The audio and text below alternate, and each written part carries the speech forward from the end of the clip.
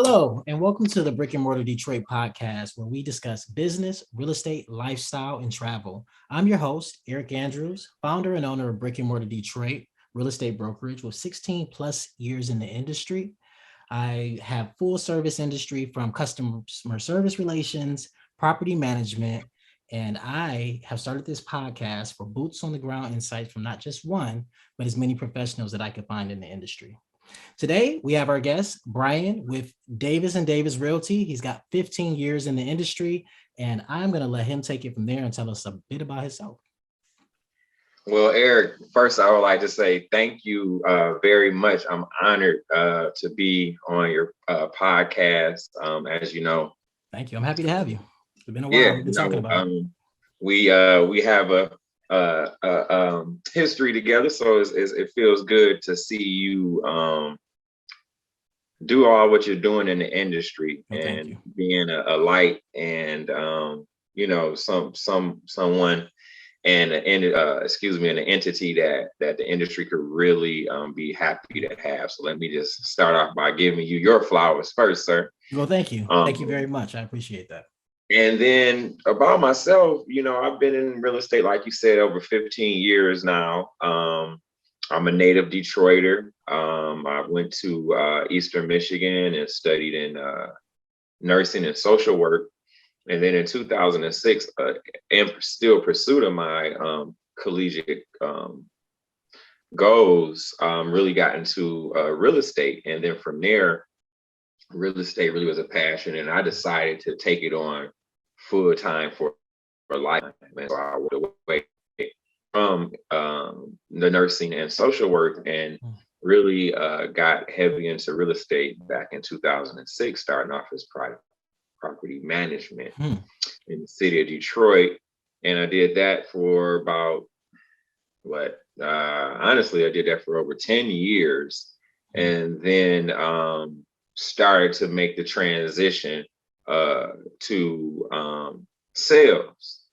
And so never saw myself doing sales, but I love it. So long story short, been in the game over 15 years, done a lot of property management, worked with a lot of sellers, and then I took on the sales directorship at my old brokerage, probably now close to 2 years ago.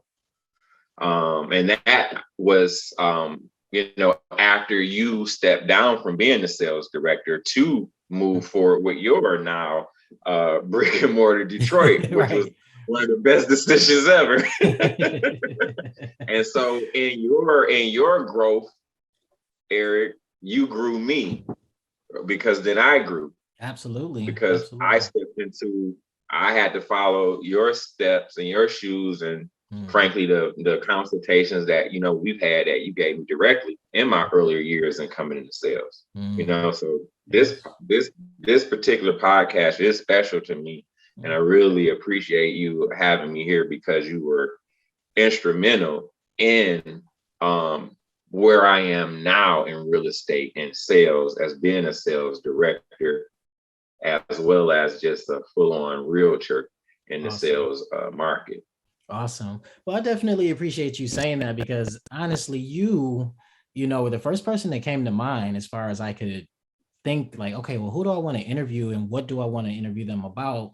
And one of the trickiest things to me in Detroit, is property management. So, you came to mind just simply because I know you guys handled a lot of situations and you guys just seem to know what to do. And that was always cool to me because a lot of people don't know where to start, whether it was an eviction, water bills, real estate reads, like just little things that I feel make us sharper agents. You've been doing that for 10 years, so I learned a lot of that from you as far as the more so things that are specific to Detroit. And, I was already doing property management, but more so luxury property. So now I feel like I have that good balance between the two and I can go here or there or somewhere in the middle. And that was all thanks to you guys. So I truly appreciate that.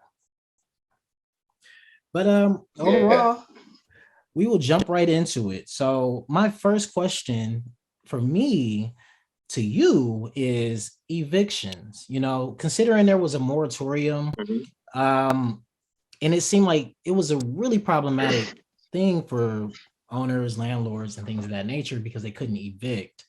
Could you tell us a little bit about the situation and kind of what you know uh, about the moratorium? I mean, obviously, if I'm not mistaken, it's done, but it does still seem like it's going to be something that's going to have some lingering effects.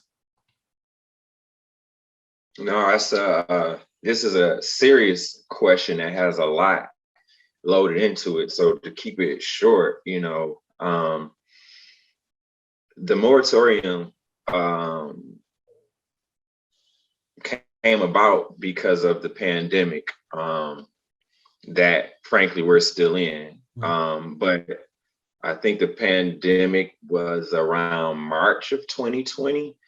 And then the moratorium, in terms of where it started to really catch up with government and them understanding the impact that it was having on the day-to-day lives, that moratorium went in place around September of 2020.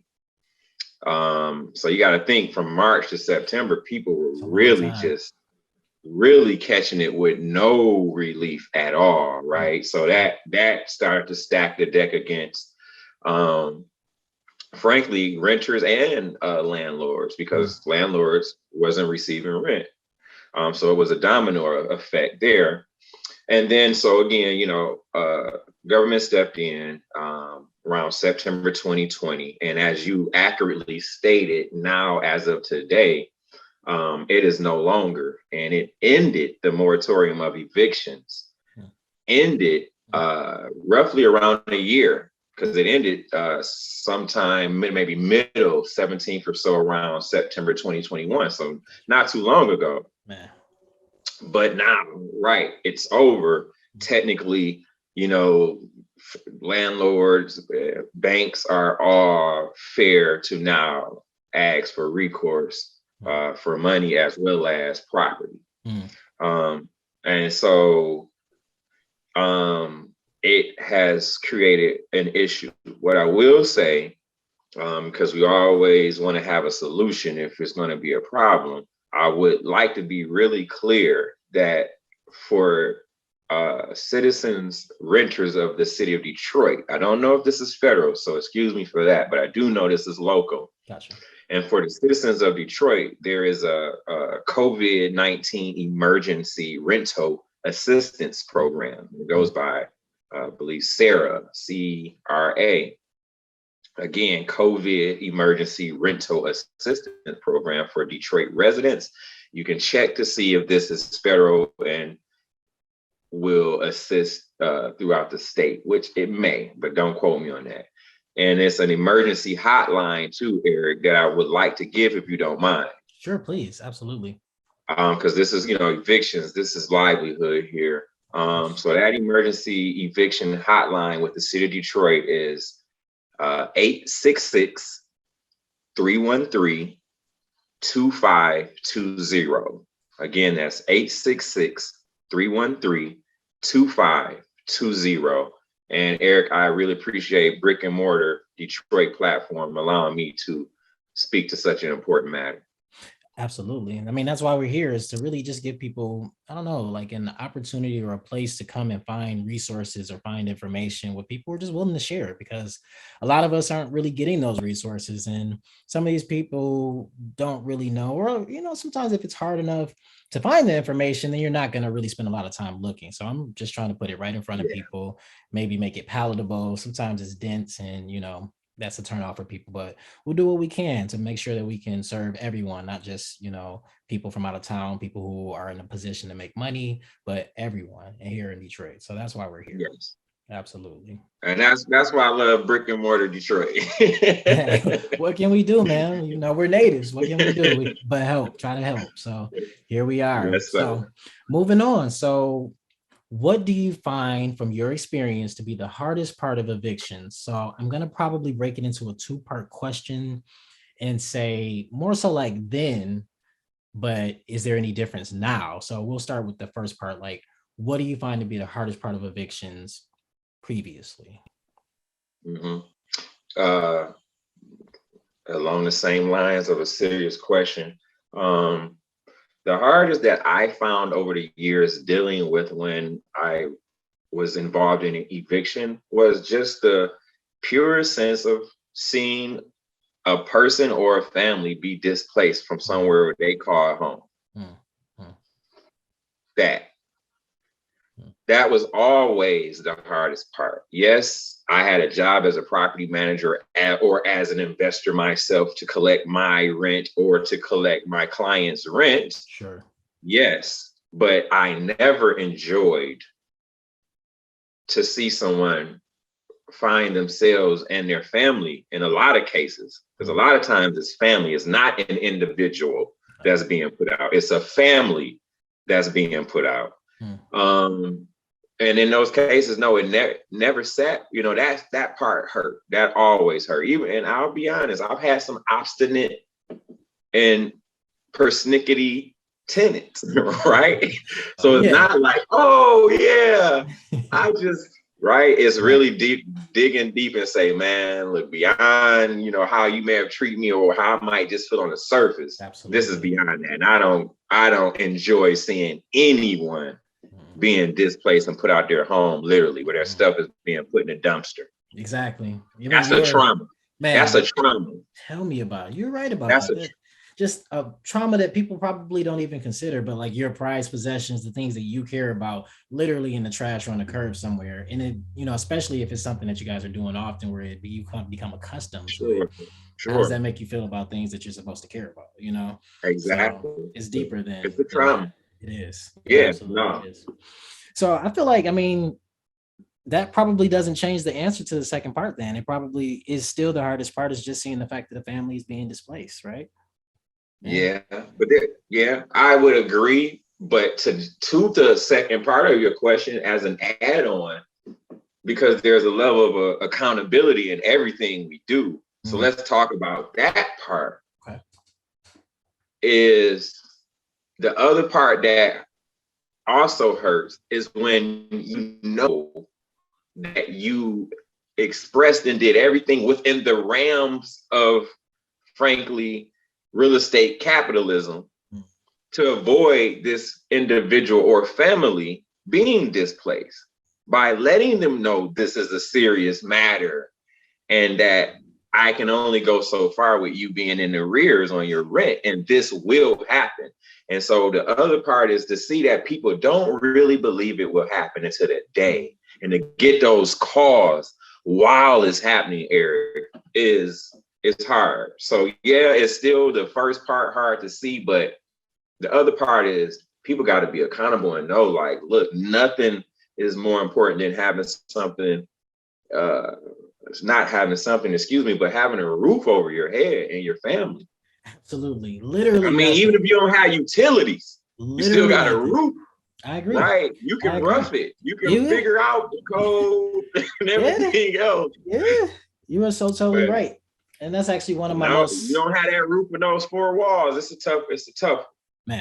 Man, tell me about it. And that actually is one of my most beautiful parts of real estate for me, is the fact that people it's just something we don't think about. It's a simple luxury now. But, you know, when people were nomadic, you know, back in the day when there weren't roads and people had to go through forests, I mean, to have a home, you know, or a place where you could actually have shelter and set up a little fire, and, you know, that was important. That was the only thing that was important. And now we've got all these vacant houses here and all these people who are just trying to make money or whatever it may be.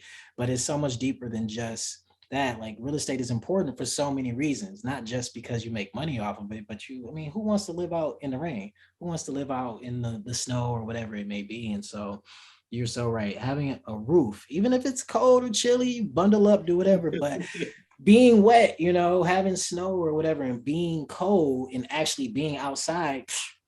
I mean, how many people die like that every year? Just falling asleep on the ground or being drunk or whatever it may be. Sir. So it's a serious problem. So good answer so far. You're killing it, man. I'm glad to have you. Thank you. Absolutely. Great substantive question. Hey, that's what we're here for. We're gonna have to do this more than once, because we're gonna have to pick your brain. Hey, I like to be a what do they call an honorary guest. Sure. Hey man, I'm open to it. It's gonna be good.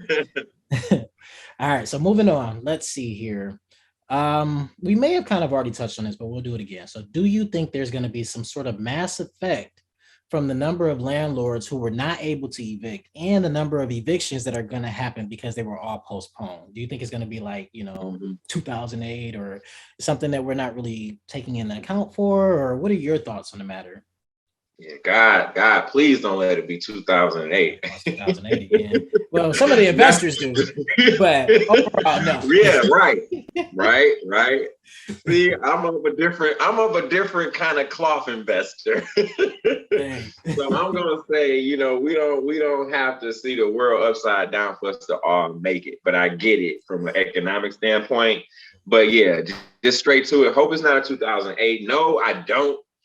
I don't believe it will be, at least not for Detroit. Detroit has found itself in a nice insulated spot now in its rebirth because so much money and so much development has happened and is happening in Detroit, even with the correction in the economy like we're frankly seeing right now. And hopefully we don't get into a depression or a recession, or a recession or a depression. Sure.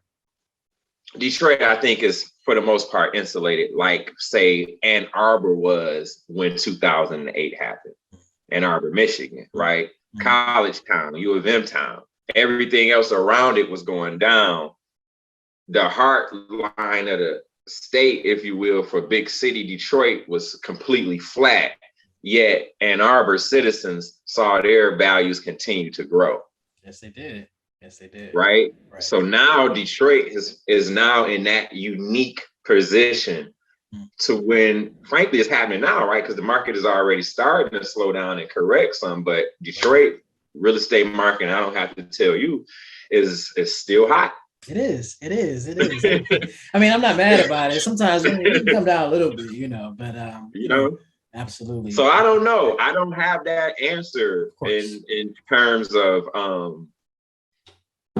what is the mass effect. I just say I would hope we don't see the mass effect of the Fed raising the interest rate, the bank calling in loans, getting heavy on everybody, which then it's just a trickle down effect.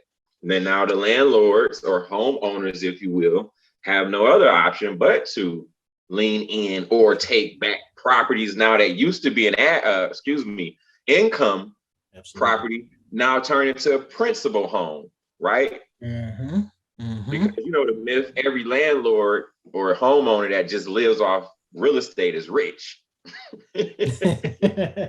So of course they don't need rent, really. No, they don't. So man, I hope we don't see a 2008, but I just say in a nutshell, I think Detroit is insulated some, and I don't see government completely dropping the ball completely to let us get back in that situation. Although inflation is happening right now. Oh. That's a whole nother episode, but yes, it is happening right before our eyes. And I don't really know. I was talking to my plumber, not to get too far on the sidebar, but he was just saying, look, if you could get people to pay these prices, would you bring your prices down? And so I was just like, it was just kind of like, it doesn't look like they don't have any incentive to bring them down. So we're gonna need some other factors that will bring things down, because otherwise, why not? So moving on. Yeah. So for you personally, more so personally, property management, what would you say? What are the pros and cons? And I guess I'm going to be asking that more so for, say, for instance, someone might be considering real estate as a whole, but they are trying to decide, is it, let me see, property management, or do I want to be a listing agent, a buyer agent? Now that you're on the sales side, this is kind of really a really good question for you. What would you say are the pros and cons of being a property manager specifically, from your experience? Yeah. So to answer the question, I would like to answer this question in two parts. One from the industry professional, and then another from the investor side. So, and that's if you don't mind. Oh, please. So one, your first part is from an industry professional. The pro to property management and cons. I'll just say, as an industry professional, as a pro in property management, Um, if you are looking for the long-term, day-to-day relationship with your client, property management allows that more than sales does. Especially if you're not intentional about being a relationship builder. Property management kind of forces you to build a relationship because it's day to day with the tenant and it's day to day with the homeowner. Versus sales, you really it can be that transaction, it can be it, right? And that can just be it. So I'll say from a pro aspect of, if you're a people person and you want to be in real estate and you really want to develop close relationships more organically, then property management probably is the way you want to go in terms of fulfilling that social need as well as still being in real estate. A con is just the inverse of that. If you do not want to have your time, frankly, monopolized by others, then property management is not the way you would want to go. And sales is definitely the way you would want to go. And just be mindful, know when to build smart relationships along your way in sales. But the con is definitely going to be in property management. Your time is going to be heavily monopolized. And I'll add to it to say, frankly, when you're really doing what you're supposed to be doing in sales, management commissions can't equal and compare to real estate commissions. No day ever will it ever. Never.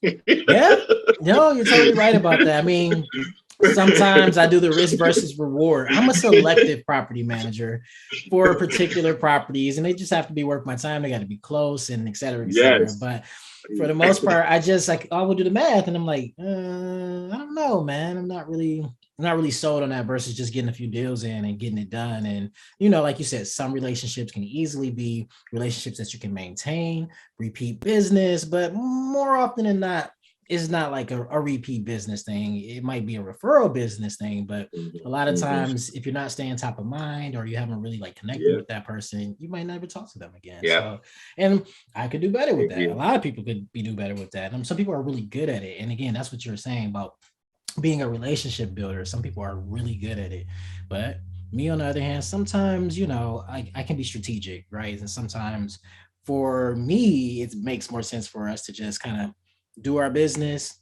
keep a good relationship. I follow up with you here and there rather than me talk to you every few months or whatever it may be. But I do have a few clients lately that, we just really connected and clicked, and, they refer their families to me, and they do definitely just check in. And I check in on them. So those are great relationships to help someone start their family, start their life, and things like that, and just kind of watch them grow. That's what this Build Your Dream is all about for me. So everything.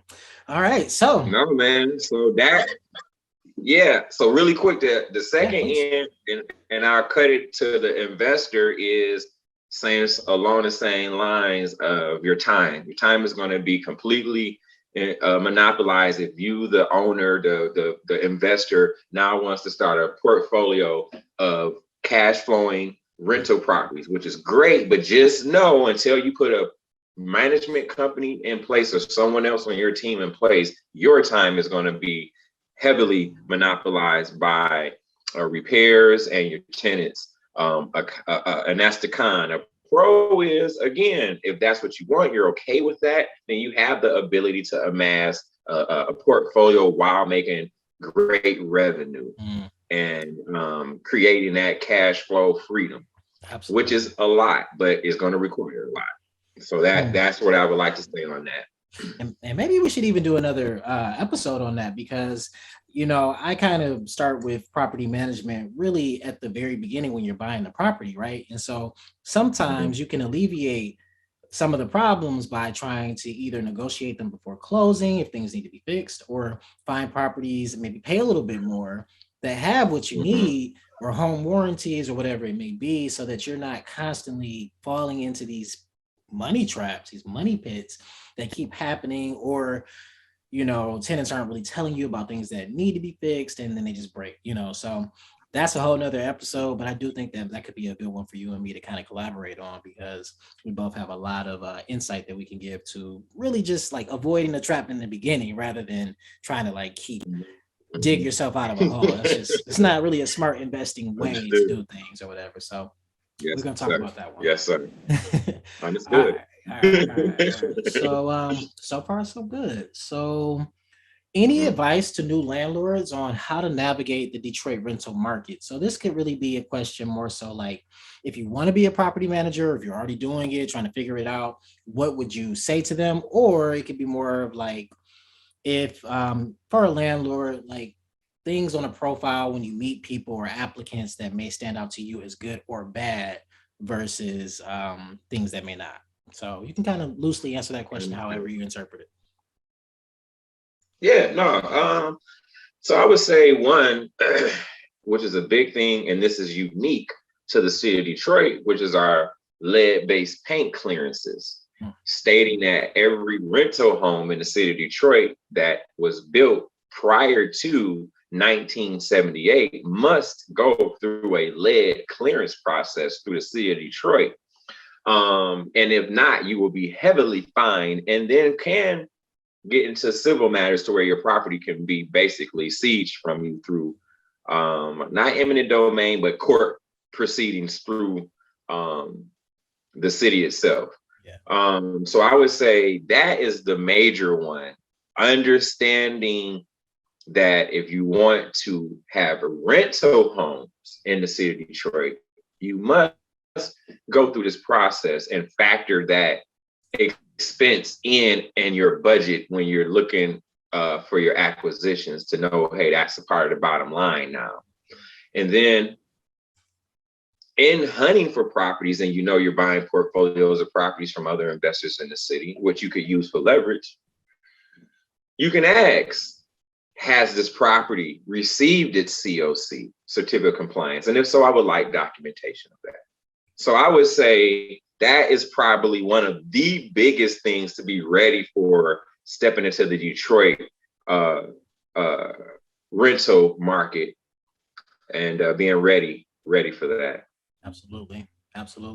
No, I totally agree. I think there was like a mass exodus when that really passed. We had a lot of people who just kind of were like, we're gonna get out the game. They already didn't love the game, but the money was good, but no one wanted to be possibly penalized for things that may already happen in their house. And so I had a lot of people who wanted to sell, and a lot of people picked them up, but a lot of people also didn't really do what they were supposed to do either. So you're absolutely right. That it probably is definitely the most paramount thing to take a look at and try to look into. So awesome. So what are the most common like rental scams that you've come up against? Good question. I would say so many factors, but getting serious to it though. Honestly, you want to probably I know history or wisdom says, look at the income, look at credit scores and this and that. And that was never going to not be an important part of the equation. But I do feel like it's more than just what is on paper, or if a person is frankly meeting the money requirement. Because you got to understand, this is a relationship. And so I definitely want to see that, you have, and this changes, but, some people say 1 year, 2 years on the same job. 2008 really wiped out what is your credit score, right? Because the best people had a tank credit score when 2008. So the market had to understand another way to vet what is a credible applicant. And so, you look at it still because it's an indicator, but it may not be the clearest picture. So me personally, I like to get that vibe talking to them over the telephone. Mm-hmm. Still doing my normal questions. Hey, how long have you been at your job? You know, what's your monthly income? How many people are with you? You know, what's your reason? You know, just all the normal basic stuff. Connect. But in that, you're gonna get who this person is. That's true. You're gonna get if they're gonna, right? Most of the time, let me caveat that. Usually, most of the time, you do. right? Most of the time, you're gonna listening ear, you'll hear it. People tell you what I gotta do it. Mm-hmm. Maya Angelou said, what did she say? And I'm paraphrasing. When a person tells you who they are, believe them. That's close enough. Right? I totally agree. Right? And I'm paraphrasing. The great there, but it's true. Listen to it. When they come off already thinking they can be relaxed and how you think that money gonna come in? Relaxed in the money. Exactly. And that's totally so right. Yeah, income, but it's the kind of the non-tangibles that I look for. Because at the same time, everybody knows to put on the face in their interview. Exactly. And if you can't in the interview, like, come on, man, what we right. doing? And I know not even right, but everybody knows to most people know to put the face on to get what you want. Exactly. And then you really find out once they in there. Right. Absolutely. So you got to be ready for like, okay, I know this interview. Let me dig past. And sometimes you almost want to even ask, not rude or offensive, but you might ask the same question twice just to get a sense of a person's patience, or lack thereof. Yeah. Or does the answer change? I'm a big fan of asking things a couple of different ways sometimes, especially if you have something that just stands out to you. I mean, look, especially if you're the owner and not the property manager and landlord, you need to know, so sometimes you can be a little bit more transparent, I guess, with people and hope that they can be transparent with you. So it's not always the dollar that you want. It's the relationship that you're looking for. Exactly. And actually leads me to, just to expound upon that, one of the biggest, I guess, rental scams that happens, in my opinion, is the one where they lead you with the money, right? So they give you the deposit right now, and they give it to you in cash or whatever, right? But they know they're not gonna pay rent for 12 months. So like that was nothing to them in comparison now. And it's a lot easier now to get people evicted, but for a while, I remember it was a big struggle, right? So a person could be in there 4 or 5, 6, 7 months figuring out their next move while you're sitting here making no money. You made a measly couple grand or whatever, thinking that you had a quick renter. So don't follow the carrot on the stick, follow your due diligence and make a good decision, even if that means sometimes making a little bit less money, right? Like sometimes people love to lure you with money. Right. So you got to see it and see what your goal is and how can you make it and stack it up with their paperwork and who they say that they are and seem to be versus the other one, because that's a deadly scam, especially for people who are starting off, for you to get backwards in a mortgage because someone scammed you, So that one is my biggest one as far as scams go. Absolutely. And I just got a few more questions left for you. So the next one is going to be, how do you balance the stress of the business? Yes, balancing the stress of the business. I actually got a good answer for this, but I want to just go back really quickly to that scam, because I think, again, well, I know from this point, brick and mortar Detroit is definitely a safe place for people to come and get accurate information about the industry. And with that being said, I want to be clear that people are looking for good answers. One thing that I did leave out, Eric, that it needs to be stated is probably the most hurtful scam is for when I see people are scammed and renting a property because they listened and decided to fill out an application in the grocery store line or at the doctor's office or at Rite Aid or CVS, and not to promote any other, but a convenient store, or just because somebody texts them out of the thin blue sky right? I've seen this so many. You talk about the evictions. Now imagine having to evict somebody that was already scammed. Wow, I haven't even considered that. And now you got to put them out. Bro, so I'm just saying they need to hear this. Please, referrals, reputable places, people that you saw living that they've been living there and you see they okay and they tell you this is where I went, this is who you. Very much. That one, I needed to just really highlight that. Very much so. And it does go both ways too. I mean, we'll probably talk a little bit more, but there are a lot of slum landlords, right, who aren't doing right by their tenants. So since that's a whole totally different conversation, we'll follow up there. That's right. But thank you for letting me go back to that. Oh, please, man. Hey, it's real flexible. So anything that you feel is important, please feel free to put it out there.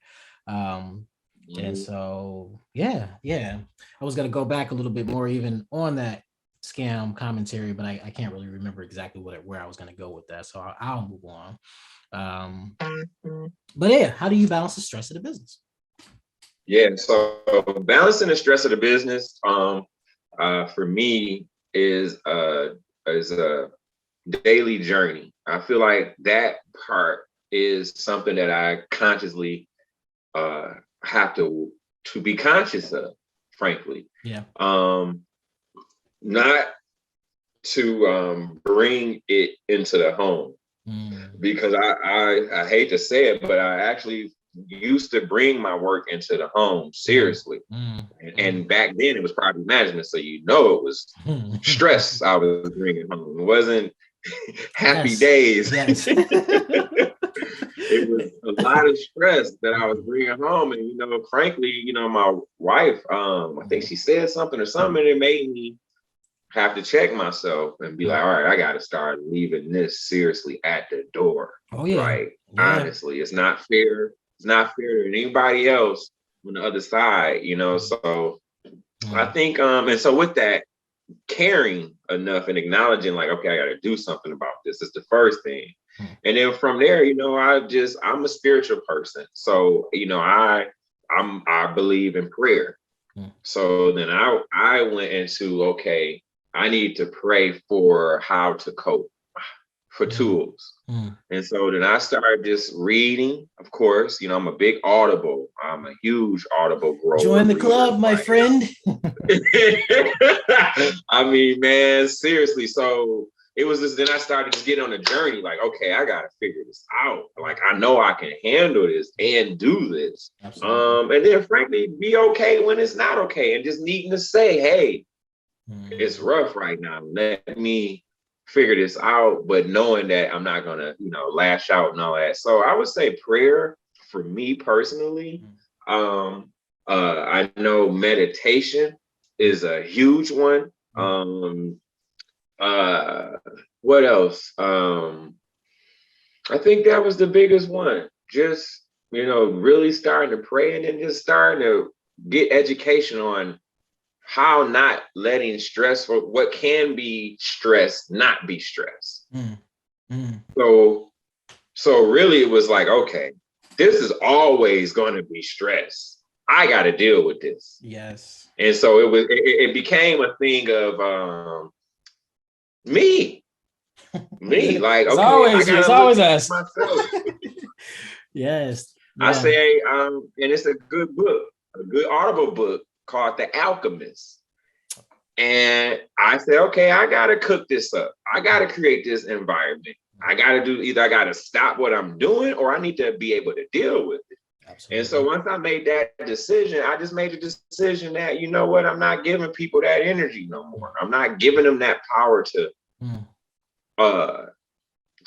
change my mood based upon a current situation, especially one that's repetitive and just coming in different shapes and sizes, but it's the same thing, just right. So, and again, I don't want to sit here and try to be like, oh, a guru, and that I don't need to recharge and that I don't fall short. But most of the time I'm on point because I'm conscious about what's going on and my energy. And that's a new space that I'm at. Like, man, I'm not letting people do it. I'm not letting people have that over. Absolutely. And I think that's part of the growth of just, being an agent, being in this career itself is something that you do have to grow through. I think a lot of people who start in the industry, they may not know how to get leads, or it may take a time to actually get that first sale or whatever it may be. And there's just a lot of stress that comes with it, but some of it eventually becomes normalcy. And you learn how to deal with that stress and grow. But worrying, putting yourself in all of these problematic situations that only lend stress and not enough money or compensation or whatever it may be, those are really good ways to overwhelm yourself and burn out really quickly. So I love to hear how people are dealing with their stress management, and the fact that you've even taken the time to pull back, pause, and your spouse can always be a really good indicator or mirror for you. Like, hey, what's going on? You need to do something different, or you need to get it together. And so many times, a lot of people are like, but the spouse, okay, it must be true, and then you can immediately sometimes start to kind of change your position, change your perspective.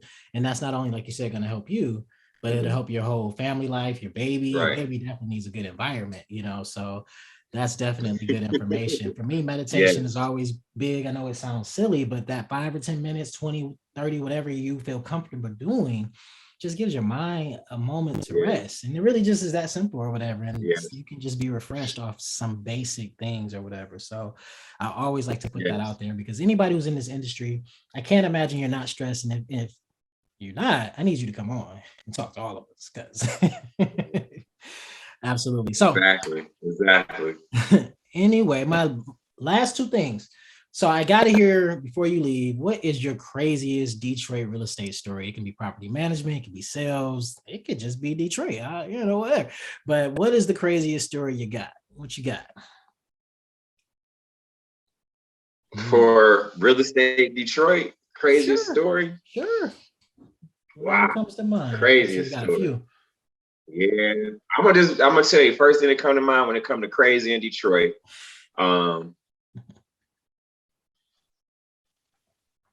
It was along my property management years, and witnessed. Well, let me restate that. Didn't witness it, but witnessed the aftermath of a double homicide.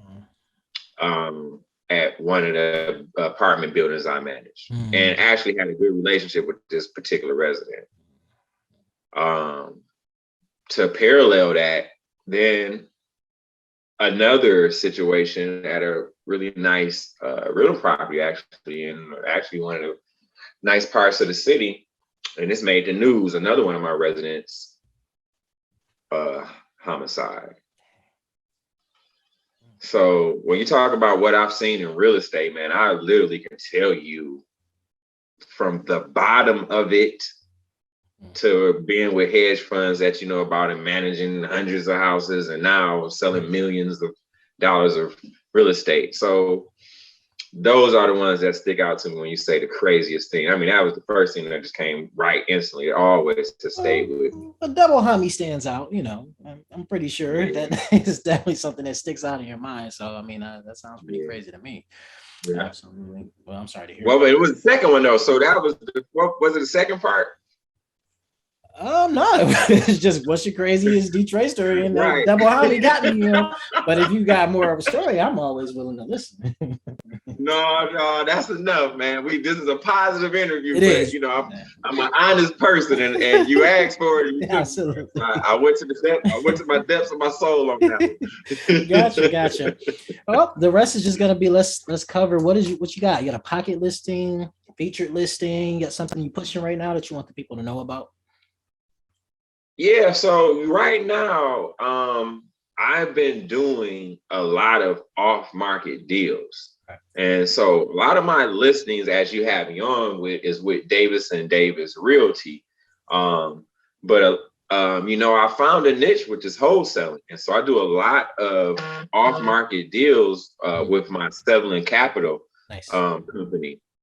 And so right now, I got probably about a good 15, frankly, I need to be letting you know about anyway. That's off market that I got packaged up. I'm almost done getting them packaged up. I'm about to put out there. So I would say right now I got a 15 pack coming, and I got some other stuff coming down the line.